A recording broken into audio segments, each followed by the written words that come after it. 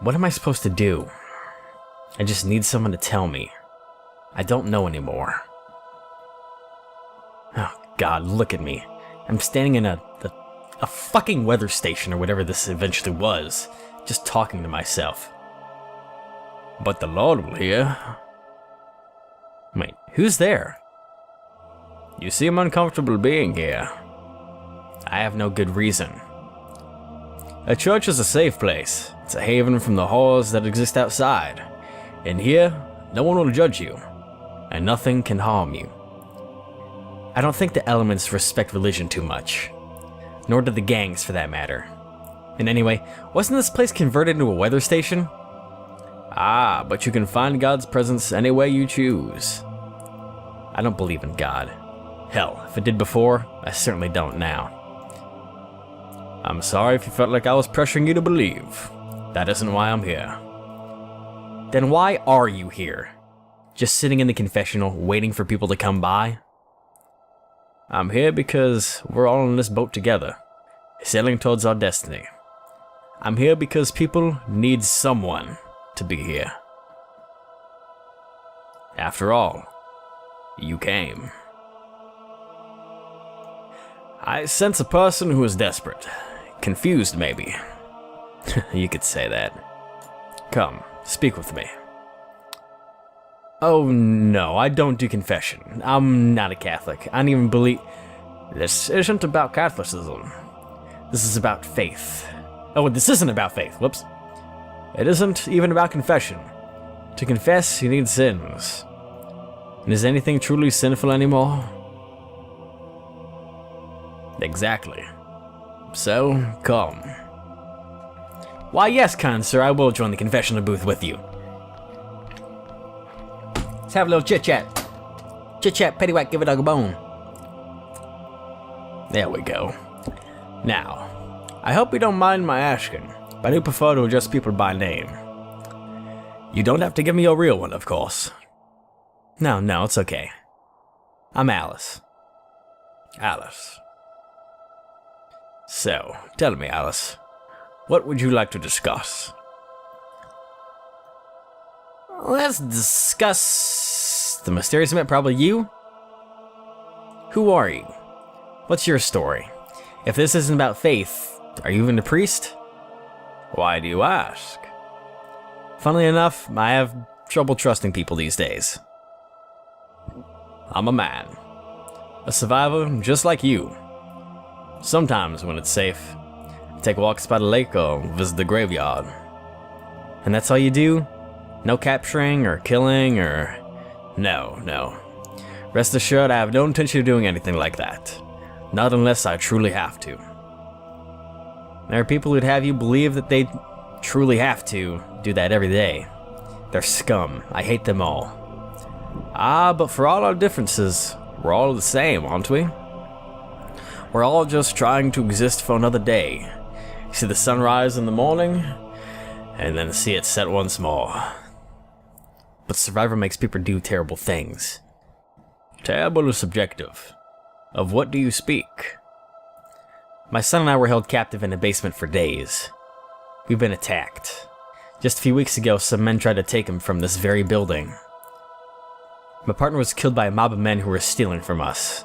They took our food, we barely had enough as it was. I think I have a pretty good idea of what terrible means. Would you kill in order to stay alive? What? People are only responsible for their actions, for as long as they're in control of a situation, wouldn't you say? I don't... After which point, we turn to our instincts to get by. We are but animals, Alice. We do what we need to do. So you'd kill me now if, say, we had food and you were hungry? I'd try to reason with you. I'd see if we could trade. Most of all, I'd invite you to share what I had, in the hope that you would reciprocate. And if I had nothing, Alice, you must understand. These are not times in which we can always afford to think for too long. I assure you, though, we are safe here. I have a weird accent for this guy. But you know what? I like it. This is good. It's good. Okay. Let's talk about the church. Why not? Do you come here often? To the church, I mean? I'm here quite a lot, yes. Have been for a while, in fact. Oh? What, since before it was a weather station? Around the same time, perhaps, but for me, it's always been both, not one or the other. I worked here for a time. Wow, a religious scientist, huh? I believe the two can coexist. I am no fool, Alice. I don't dispute the systems that have delivered us all these years of snowfall. I don't believe it to be a punishment from above, as many do. I believe it is something we have to do our best to cope with. So what, you're trying to turn this place back into a church again? Well, as I say, my belief is that science and spirituality can exist side by side. And sometimes people come, and I do what I can. I can watch the snow. I can observe the weather. The way it changes subtly, but substantially enough to make a difference. The temperature, the wind. And when I'm not doing that, I can pray. I can help others who are seeking guidance. Or just a conversation to pass the lonely hours. For all the mess here, it really is a beautiful building. I have to say, not too grand. Just right. It feels homely somehow. I've always thought the same. It's one of the reasons I enjoyed it when work brought me here. In fact, it always felt homelier than where we're actually housed. A building up the way on the other side of the woods. That building, and this place too. I've seen some nasty things in that time. But then, it's all about survival. About seeing another day. Let's talk about the weather, you know, like we're at a bar and we have a good conversation with each other, you know? This is the time for weather. I guess we could talk about the weather. Sounds like the biggest cliche in the world, but I suppose it's pretty apt. Unlike many, I've never tired of talking about the weather. How did all this happen? How could we have missed it? For all the technological know-how that we have, and for all the scientific advancements we have made, there are still things we miss. In fact, the weather's always moved in mysterious ways. Humanity used to believe it was sent from a higher power in order to praise or punish us. Today, we know otherwise, but in many ways, it's almost like a god in itself, that has the power to give life and to take it away. It's funny to think, isn't it, that some parts of the world are uninhabitable because it's too hot? At least, I assume that's still the case. Yes, as far as I know, acres of blistering desert, so parched that nothing can survive. I suppose we have it lucky. Luck isn't the word I'd use right now. My son, he's... Go on. He's sick. Like, really sick. He needs medication so badly, but at this stage you don't even know if it would help, and I mean... You don't have any, do you? He's so unwell. Do you know where I can find some medication? You must. You help people, right? That's what you do. Right? Alice, I am very sorry, but I don't think anyone has seen any kind of medication for months now. And if you could source any, where do you think it would be? Simply lying around on the floor for anyone to pick up? The gangs have monopolized it. You pay hundreds for a single pill. No one has that sort of money. Well, quite. Who am I kidding? It's hopeless. He's going to die. He's already dying. What am I going to do?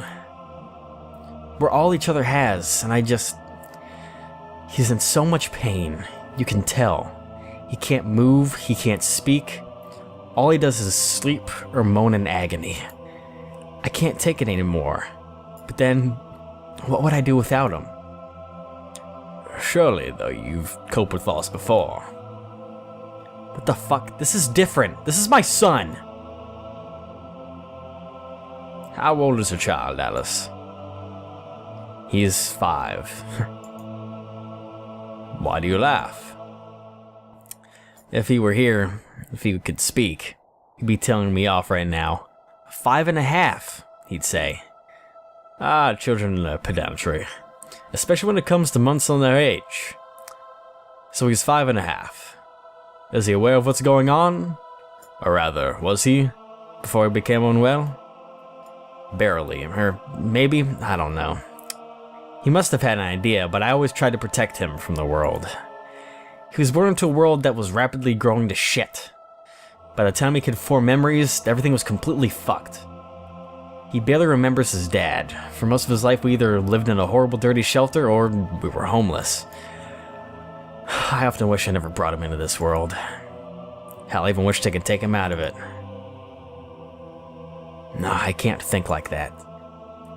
Can I? It's natural for a mother to want to protect a child, even if it would mean doing something unthinkable. No one can tell you how to deal with this, Alice. It's one of those things in life that you must work out for yourself. But, and I know you don't believe, and I'm not pushing you to do so, I know that God will help you make the right choices. Actually, I better go. I'm sorry. I need to get out of here. Very well. Tell me, if you do not wish to speak with God, is there anyone you could speak with? Since Barney got sick, no, there's no one. Except my partner, I suppose. Barney made me talk to a grave a while ago. It's not even his. Barney doesn't know that, but I just wanted to help. And did it? Did it what? Help. Him? Probably. Me? Actually, I don't know. You know what? Maybe it did. Perhaps you should talk to your partner now. I am a firm believer in the value of family. Your partner will always be the person from whom you seek guidance. Maybe you're right. Thank you. You are very welcome. Alice. Yeah? I am not here to tell you what to believe. We have free will for a reason, and your views are just as valid as mine, or anyone else's. You should always follow those beliefs. However, I hope you may take some solace in the knowledge that I will be praying for you. And I do believe, even if things seem bleak, or if they become unfathomably hard to handle, that there is someone looking out for you, someone guiding the way. I wish you the very best of luck. And I'm at the grave already. I was gonna have to walk there. Okay. My throat. Hang on, I need some Mountain Dew. It was a lot of talking. Trying to go in between characters is difficult. Alright, now it's all Alice. Okay. Hey. Christ, I feel stupid. It's not even you down there. I don't know if you even got a proper fucking burial. I'm sorry. We couldn't exactly stick around. I don't know who's really down there. This whole place is full of unmarked graves. I suppose it doesn't matter. Mark! I miss you so fucking much. Not a day goes by when I don't. Why did you have to be so goddamn brave? Why did you have to go and do the right thing? Why can't it have rubbed off on me? If you were here right now, you'd put your arm around me and tell me your plan. You knew what to do. You always did. Hell, if you were here right now, maybe this wouldn't have happened at all. Barney wouldn't be sick, and we wouldn't be stuck here in this middleless fucking power play between God knows who.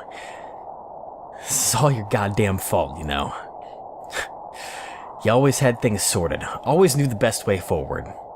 The world no longer has a place for people like you, Mark. It's all just chaos these days. Maybe it's better you're not around to see it. Let's talk about me. I should have never been a mother, should I? You always said to me, Alice, it'll be fine once he comes along. Stop fretting. Well, that turned out well, didn't it? You couldn't make this up. You were always my rock. Always telling me everything was going to be alright. That it'd be okay. That'd be a good mother. And you know what's the worst part? The worst goddamn part of all this? I know exactly what you'd say if you were here. You'd tell me I'm stronger than I think, that I don't give myself enough credit, that I'm far too hard on myself. You always did that. Looks like I finally proved you wrong, huh? Doesn't feel like a fucking victory at all. Mark, our son is sick. Really, really sick. I tried to help him. Christ, I fucking tried. And I'm sure some of this is my fault. But look at it. Look at the state of this fucking world. If it hasn't been pneumonia, it had been something else. I found medicine, but it was no good. The only people around for miles are mercenaries and murderers. There's nobody left to turn to. He's suffering, Mark, and I don't know what the fuck I'm going to do. I can't stand to see him go through this. Do you remember earlier in our relationship, my depression came back? I was going to take my own life. You came over unexpectedly that night and found me there, pills in hand. Do you remember what you made me promise? That no matter what, I'd never give up on myself again. That I'd keep living for you and myself. For the first time in years, I felt like breaking that promise. But then I remember your face that night. I remember how I broke your heart, and I can't. And then I look at Barney. I see that special, amazing, wonderful life that we created together. And I look at him now, and he's suffering, Mark. And he's not going to stop suffering. I don't know what I can do to stop it. You'd know. You always knew. What the hell should I do? I don't know what to do. What do I do? Answer me, you fucker! Answer me!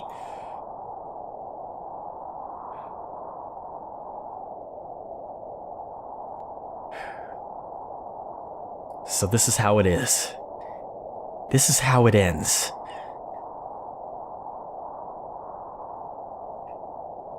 Woo! Give myself the heebie-jeebies, man. Alright. Oh, I'm not even in control anymore. Alright, I'll let you do your thing. Oh god, I'm gonna be prepared for more feels, aren't I? Hang on. Need some Mountain Dew. Ooh. Alright. Barney? Barney, how you feeling, sweetie? Groan. Oh, God, oh Christ. Barney, sweetheart. Your mommy's brave, fierce lion. You've made me happier than anything else in this world. I'm sorry, baby. I'm sorry we brought you into this hell. You deserve better, Barney. We all did. Barney, I